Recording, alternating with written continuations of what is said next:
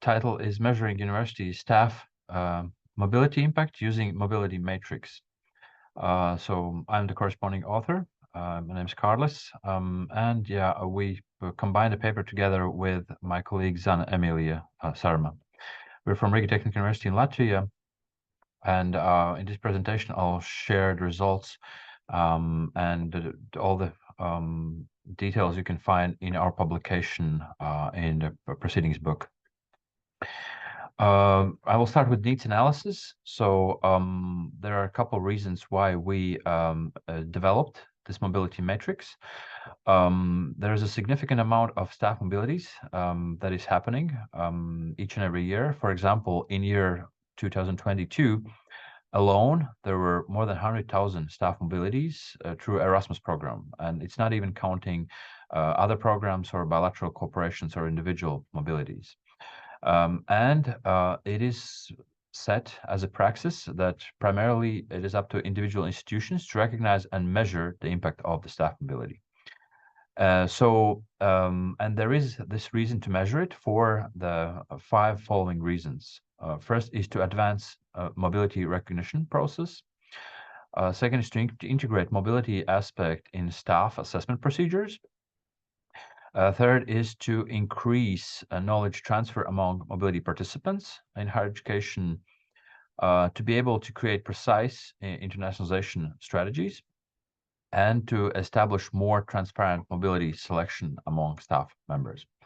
The method that we propose is mobility matrix. It is a template that staff members fill in after the mobility period. It contains both quantitative and qualitative parts of information, and it is unified to be suitable for both academic and administrative staff.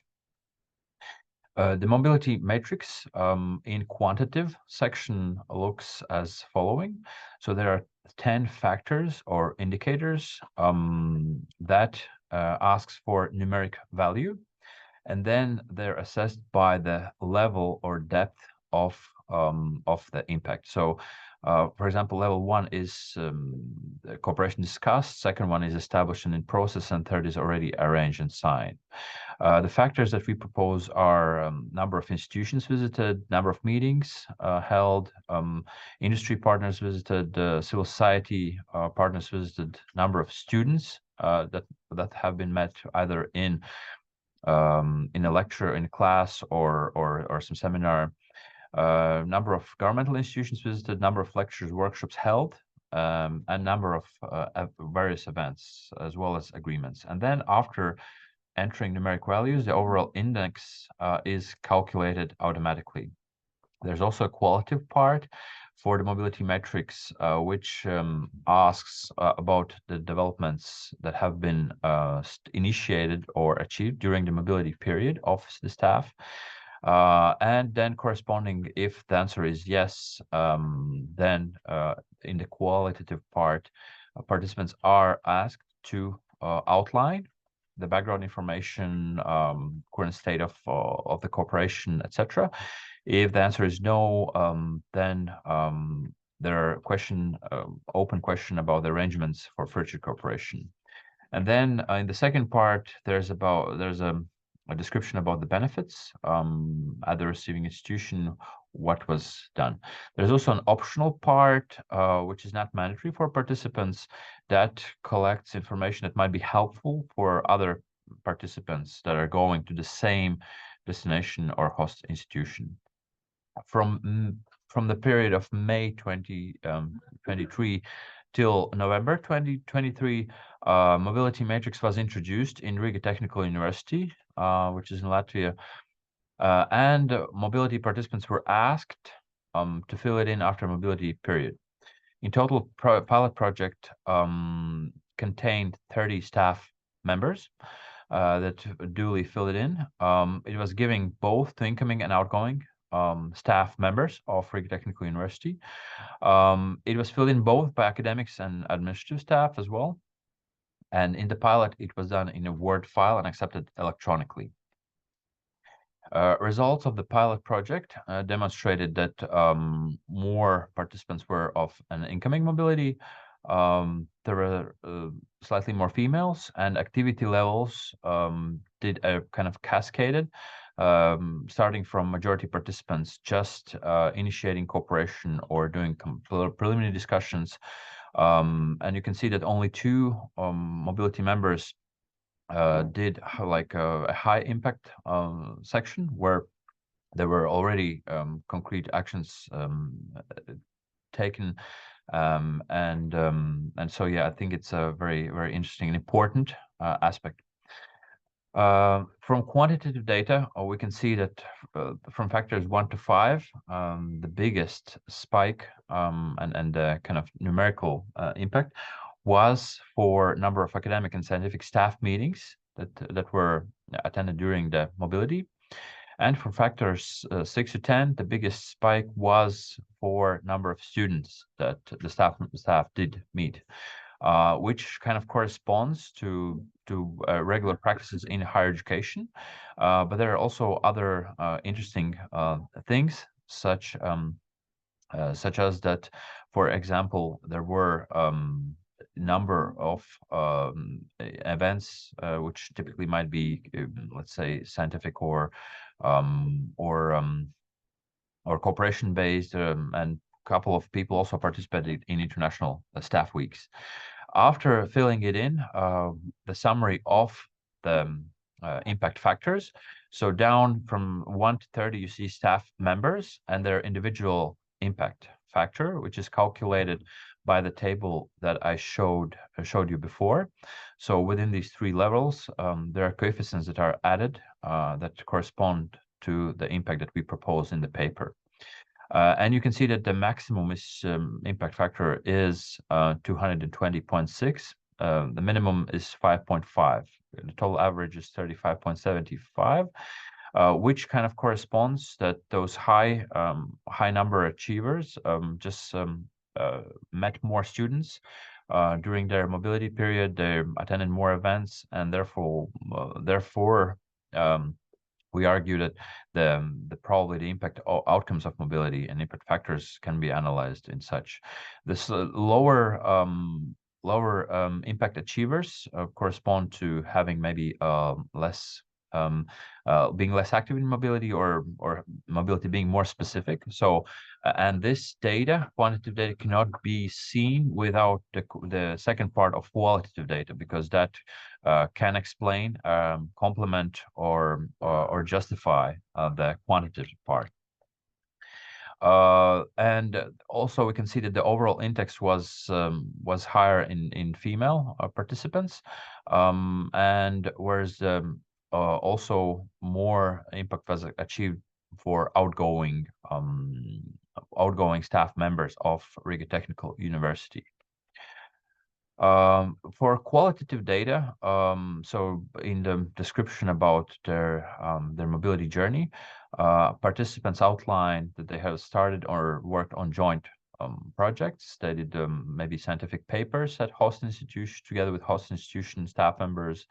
They were taking part in academic collaboration, such as teaching and training, and they're planning maybe to continue it in future. Also, double degrees were discussed. Oh, I'm sorry. It definitely contributed to strengthening institutional ties, capacity building of staff members and institutions. It helped to proceed and develop new joint agreements and increased visibility of institutions. It's very interesting that the optional part, which was not mandatory, was still filled in by 50% of the participants. So this means we consider it as high rate participation.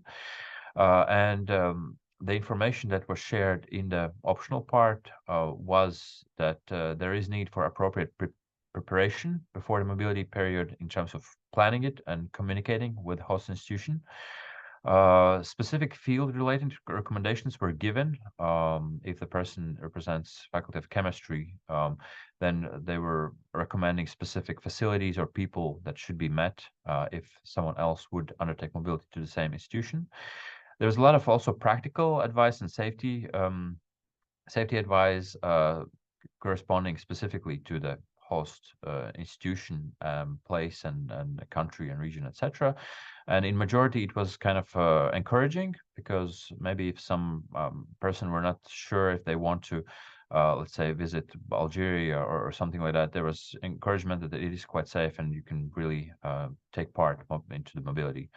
Also, advice was to get engaged in local events organized by host institution, because that helps to meet people and understand local culture. Observations we did from the pilot was that if the mobilities were done in group, so 2 or more people, the mobility matrix had similar or even the same statistics and information presented. So this means that all the activities were carried out together, or majority of activities were carried out together. Main quantitative record derives from the students, so I think that's very good and kind of makes sense. Lowest record was from civil society and industry and everything that is outside academia. Clarifications were needed about the matrix from the staff for them to be able to fill it in more precisely. We also understood from the pilot that there is a need to normalize or adapt coefficients of levels institutionally. There might be some factors that are separate for each institution, so that's a discussion to be done in next paper.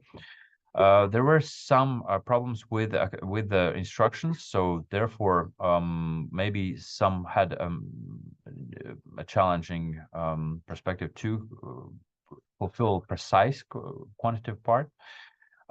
We acknowledge that qualitative part often could explain, complement, or justify the qualitative part. So that means that numbers themselves alone does not paint the full picture. Usage of results from pilot, we were able to identify people with the largest impact of their mobility, and correspondingly, we could increase quality of future mobilities for lower achievers by having mentoring, for example, from higher impact achievers. Conclusions: mobility metrics proven to be useful in Riga Technical University context. There is a need for further discussion, as I said, like by adding more discussion on coefficients or factors themselves. We need to also expand the data to be able to have more representation and work with larger numbers to see how the coefficients normalize and what kind of feedback we get. Also, and regardless of fact that mobility metrics is to be filled after the mobility period, there should be clear instructions before the mobility period to have better outcomes and more qualitative data. And if the mobility matrix is used and automated electronically, it would not consume a lot of resources, and it would just be operating with the data that has been collected. That's all from my side. Thank you